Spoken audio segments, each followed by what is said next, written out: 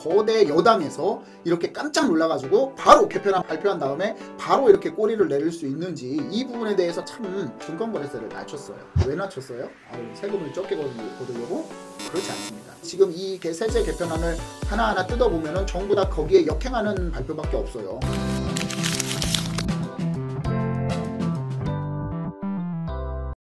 안녕하세요. 반갑습니다. 이충민의 부말리입니다. 부동산 대출 규제에 이어서 얼마 전에 세제 개편안이 나왔습니다. 세제 개편안이 왜 중요하냐면요, 이번 현 정권 들어서 첫 번째 세제 개편안이라고 볼 수 있는데, 이게 앞으로 5년 동안 어떤 정책 방향으로 갈 것인가에 대한 기준이 될 수 있다고 말씀드릴 수 있습니다. 그렇기 때문에 이번 세제 개편안이 굉장히 중요한데, 장작 187페이지나 되는 이 거대 장수가 있는데, 여기에서 우리가 주목해야 될 가장 효과적인, 우리한테 일상적으로 꼭 필요한 부분에 대해서 좀 몇 가지 설명을 드릴 거고요. 자, 설명드리기에 앞서서 이번 대책에서는 부동산 세제 개편안이 빠졌습니다. 그렇기 때문에 부동산 쪽에서는 이제 세제 개정안 개편안이 없다, 이렇게 말씀드릴 수 있습니다. 자, 먼저 본 내용에 들어가기에 앞서 항상 라이브 공지 있습니다. 매주 수요일날 저녁 8시에 라이브 방송을 하고요. 이번 주 라이브는 이번에 나온 세제 개편안과 그 다음에 부동산에 대해서 세금 개편안이 안 나왔다라고 했죠. 이 부분에 대해서 앞으로 나올 세제, 어떤 부분에 대해서 부동산 쪽에서 나올 수 있는 세제 개편이 어떤 것들이 있는지 한번 살펴보고, 그 다음에 항상 우리 구독자분들과 시청하시는 분들과 소통의 장을 마련하고 있으니까 많이 참석하셔가지고요. 매주 수요일날 8시입니다. 많이 들어오셔서 저와 함께 소통하는 시간을 가졌으면 좋겠습니다. 그러면 본격적으로 이제 본 내용에 들어갈 건데요. 며칠 전에 나온 세제 개편안입니다. 자, 근데 세제 개편안을 발표하고 민주당이 정말 깜짝 놀랐습니다. 그 내용이 이제 신문 기사로 하나 딱 보여지고 시작을 할 건데, 도대체 어떤 내용들이 있길래 민주당에서, 거대 여당에서 이렇게 깜짝 놀라가지고 바로 개편안 발표한 다음에 바로 이렇게 꼬리를 내릴 수 있는지, 이 부분에 대해서 참 이제 그 현 투자자와 그 다음에 전문가로서 정말 안타깝다라고 생각이 됩니다. 어떤 내용이냐면요, 증시가 4년 6개월 만에 최고의 급락폭을 보였다라고 볼 수 있습니다. 코로나 이후에 이렇게까지 급락한 적은 없었는데, 지금까지 계속적으로 증시가 굉장히 화랑이었죠.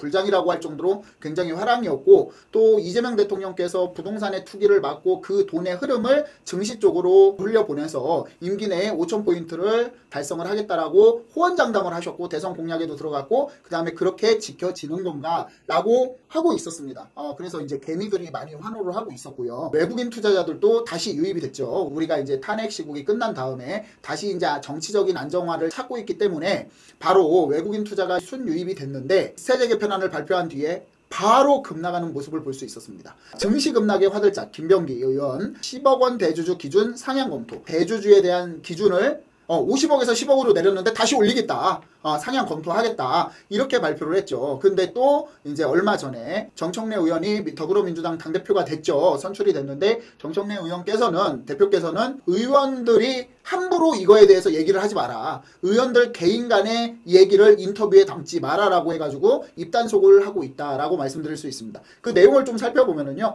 더불어민주당 김병기 직무대행 겸 원내대표는 정부가 세제 개편안을 통해 주식 양도세 대주주 기준을 현행 50억에서 10억으로 낮추기로 한 데 대해서 세제 개편안에 따라 우려와 걱정의 목소리가 많다면서 10억의 대주주 기준을 상향 가능성 검토 등을 당내 조세 정상화 특위, 코스피 5천 특위 중심으로 살피겠다라고 밝혔다. 김 직무대행은 이날 페이스북을 통해서 이같이 말하고 당정 간 긴밀한 협의로 투자자 불신 해소에 주력하겠다라고 적었다, 이렇게 나와 있죠. 얼마나 이 세제 개편안에 대해서 반발이 크면 이런 부분에 대해서 인터뷰를 바로 할 수 있었을까. 그리고 또 개미들이 굉장히 반발이 큽니다. 왜냐면은 이 세제 개편안 개정하는 데 있어 대주주를 50억에서 10억으로 확대하는 데 있어서 반대 청원이 하루 만에 5만 명 가까이 있었고요. 지금은 뭐 9만 명 가까이, 10만 명 가까이 넘을 정도로 굉장히 급속도로 지금 문제가 되고 있다, 이렇게 말씀드리겠습니다. 그러면 이 2025년도 현 정부 들어서 처음 나온 세제 개편안, 도대체 어떤 내용이고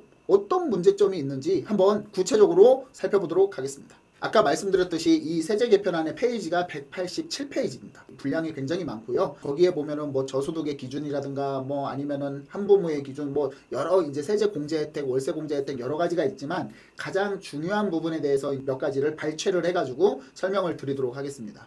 자, 법인세율이 이제 가장 큰 문제가 되고 있어요. 자, 우리는 이제 현 정부에서는 기획재정부의 발표나 현 정부에서는 뭐라고 했냐면 깎아준 세금, 일시적으로 윤석열 정부 때 일시적으로 깎아준 세금을 다시 원상복구하는 수준이다. 그리고 이제 기업과 상생하는 정부가 되겠다라고 누누이 얘기를 했죠. 그 다음에 항상 말씀을 하시기를 코스피 5000 시대, 그리고 부동산 시장의 투기 자금을 주식 쪽으로 옮겨가지고 주식에서 수익을 날 수 있게 이렇게 만들어 주겠다라고 굉장히 많은 자리에서 많은 이야기를 하셨습니다. 현 정부에서 하는 얘기는 그거예요. 우리는 기존에 내던 세금을 깎아줬기 때문에 이걸 다시 올리는 거일 뿐이다. 이렇기 때문에 우리는 잘못이 없다. 원상복구 시키는데 뭐가 문제냐라고 하기 때문에 이 부분을 좀 보여드리는 부분인데요. 자, 보시면은 아까 말씀드렸듯이 0에서 2억까지는 22년도까지는 이게 그러니까 문재인 정권 때 법인세가 이대로였고요. 그 다음에 윤석열 전 정권 때 1%씩 다 하향 조정을 했습니다. 이 부분을 원상복귀 시킨다. 그래서 자 22년도에 보면은 10%였던 게 다시 9%로 갔죠. 근데 개정안이 10%고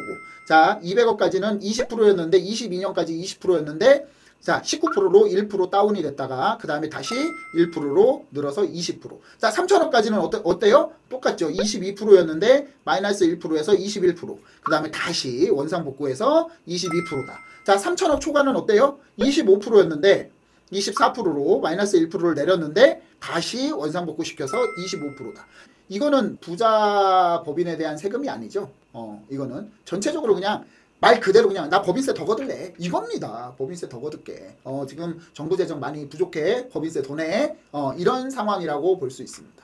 그러니까 지금처럼 어려운 시기에 과연 이게 대기업과 중견기업, 중소기업, 소기업과 정부와 이게 같이 상생할 수 있는 이게 개편안인지 정말 저는 궁금해요. 이 부분에 대해서 굉장히 좀 기업을 운영하는 입장에서는 이제 지금 좀비 기업들이 굉장히 많거든요. 한계 기업들이 굉장히 많습니다. 이런 기업들조차도 지금 밟아서 오히려 엎어진 김에 밟는다고 굉장히 좀 다시 못 일어나게 하는 이게 1%가 굉장히 큰 거거든요.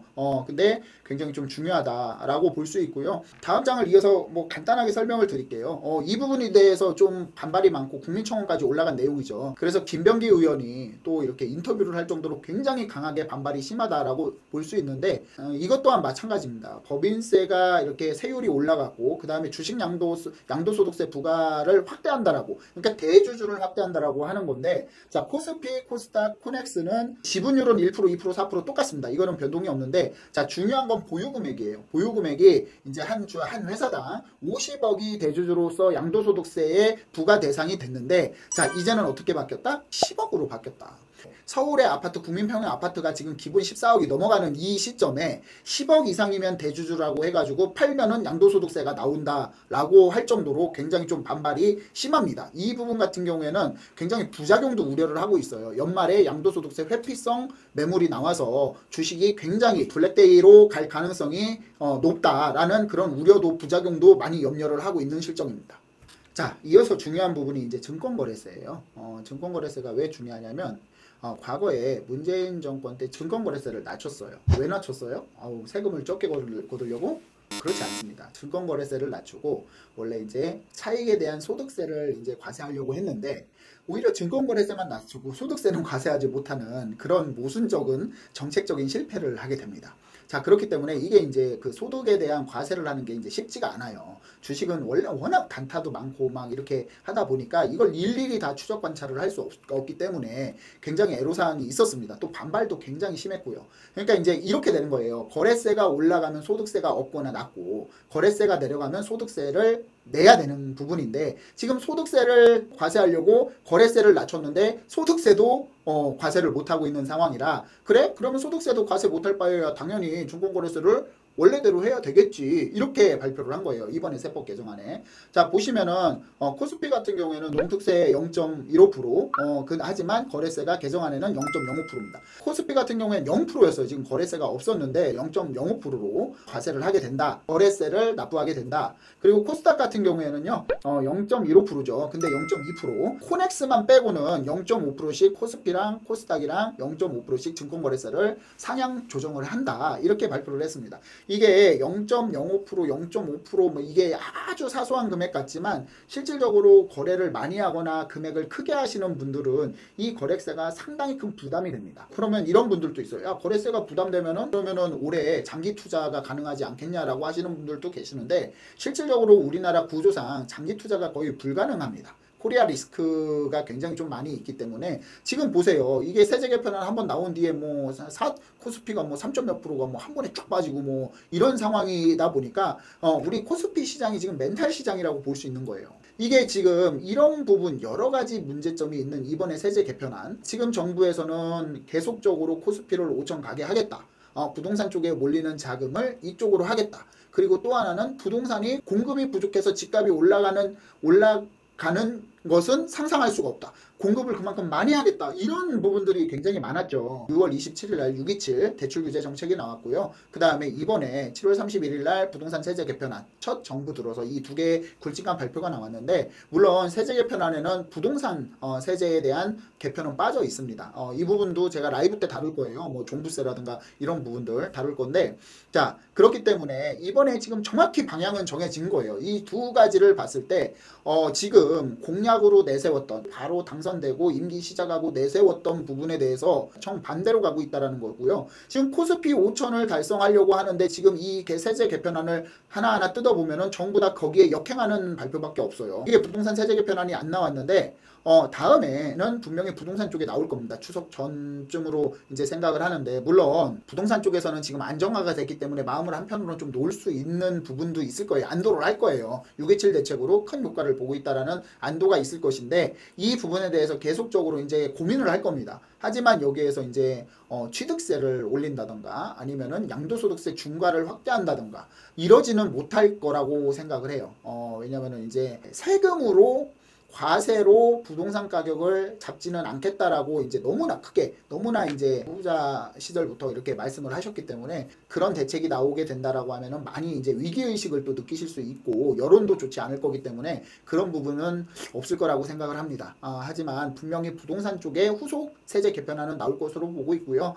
그렇기 때문에 이번 주 수요일 날 하는 라이브에서는 이런 이번에 나온 세제 개편안 그 다음에 627 대책 같이 접목을 시켜서 향후에 어떤 부동산 세제 개편안이 나올지 부동산 시장은 어떻게 흘러갈지 또 정비 사업에 대해서 어떻게 흘러갈지 오세훈 서울시장이 막 여기저기 다니고 이제 목동 뭐 재건축도 고도 제한 때문에 지금 난리도 아니잖아요.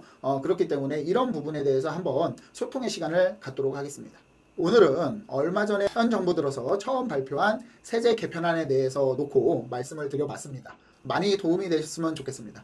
도움이 되셨다면 구독과 좋아요, 알람 설정까지 해주시면은 제가 올리는 컨텐츠를 보다 빠르게 시청하실 수 있기 때문에 유익하게 도움이 될 것이라고 확신합니다. 자, 그럼 이것으로 마무리하겠습니다. 감사합니다.